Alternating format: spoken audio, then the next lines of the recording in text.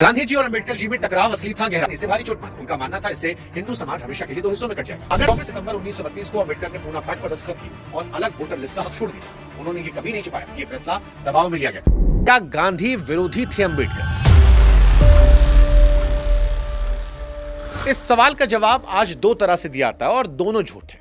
एक तरफ वो लोग हैं जो कहते हैं कि दोनों में कोई झगड़ा नहीं था, दूसरी तरफ वो लोग हैं जो कहते हैं कि दोनों एक दूसरे के जानी दुश्मन थे।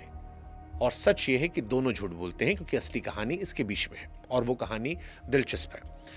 गांधी जी और अंबेडकर जी में टकराव असली था, गहरा था। दोनों की पहली मुलाकात अगस्त 1931 में मुंबई में हुई थी और वहीं से हवा तनी हुई थी। फिर आता है 16 अगस्त 1932, जब ब्रिटिश प्रधानमंत्री रैमजे ने कम्युनल अवार्ड का ऐलान किया, जिसमें दलितों को अलग वोटर लिस्ट का हक मिल गया। और अंबेडकर के लिए ये उनकी जिंदगी की सबसे पहली जीत थी, क्योंकि इसका मतलब था दलित अपना नेता खुद चुनेंगे, ऊंची जातियों के वोट के भरोसे नहीं रहेंगे। और गांधी ने इसे भारी चोट माना। उनका मानना था इससे हिंदू समाज हमेशा के लिए दो हिस्सों में कट जाएगा।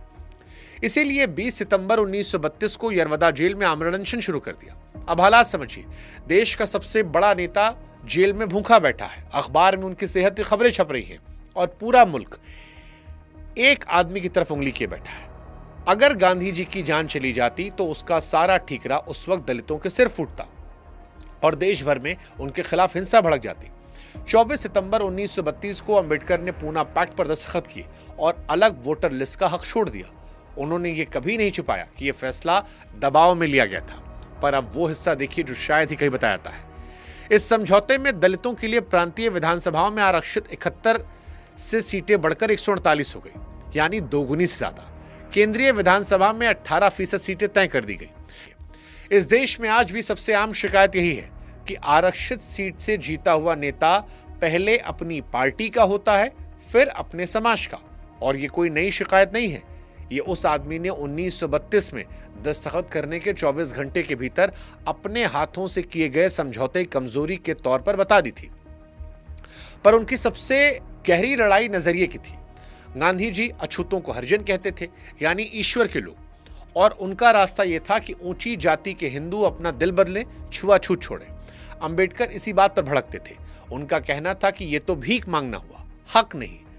अगर मेरा हक तुम्हारे दिल बदलने पर टिका है तो जिस दिन तुम्हारा दिल नहीं बदला उस दिन मेरे लिए कुछ नहीं बचेगा।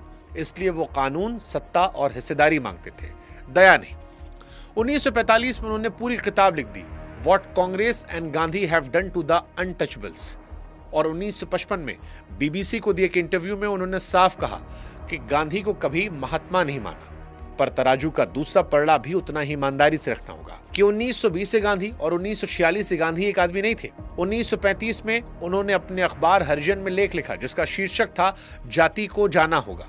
1946 आते आते ऐलान कर दिया था कि सेवाग्राम आश्रम में किसी जोड़े की शादी तभी होगी जब दोनों में से एक हरिजन होगा। कि क्या अंबेडकर और सावरकर के बीच में कोई तालमेल था?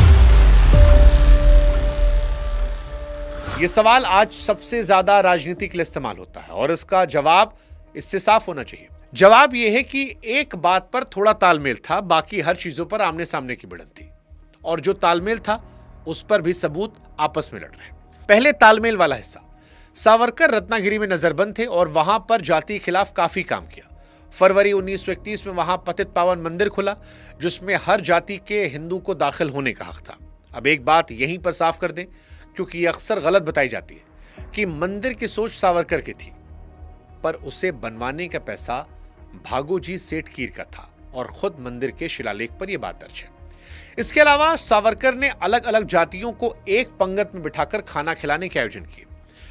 22 फरवरी साल 1933 को छुआछूत का पुतला भी जलवाया गया।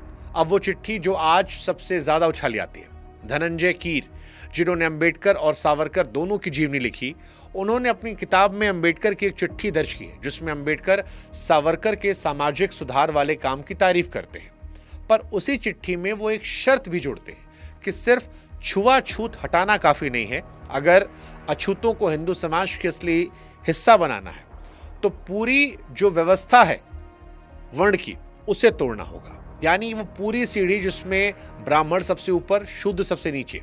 और अब वो हिस्सा जो साथ में कहीं बताया नहीं जाता कि कीर की किताब को इतिहासकार पूरी तरह सच नहीं मानते, क्योंकि वो सावरकर के प्रशंसक जीवनी लेखक थे। और इससे भी बड़ी बात यह कि खुद अंबेडकर के अखबार जनता में पतित पावन मंदिर की आलोचनाएं भी छपी थी।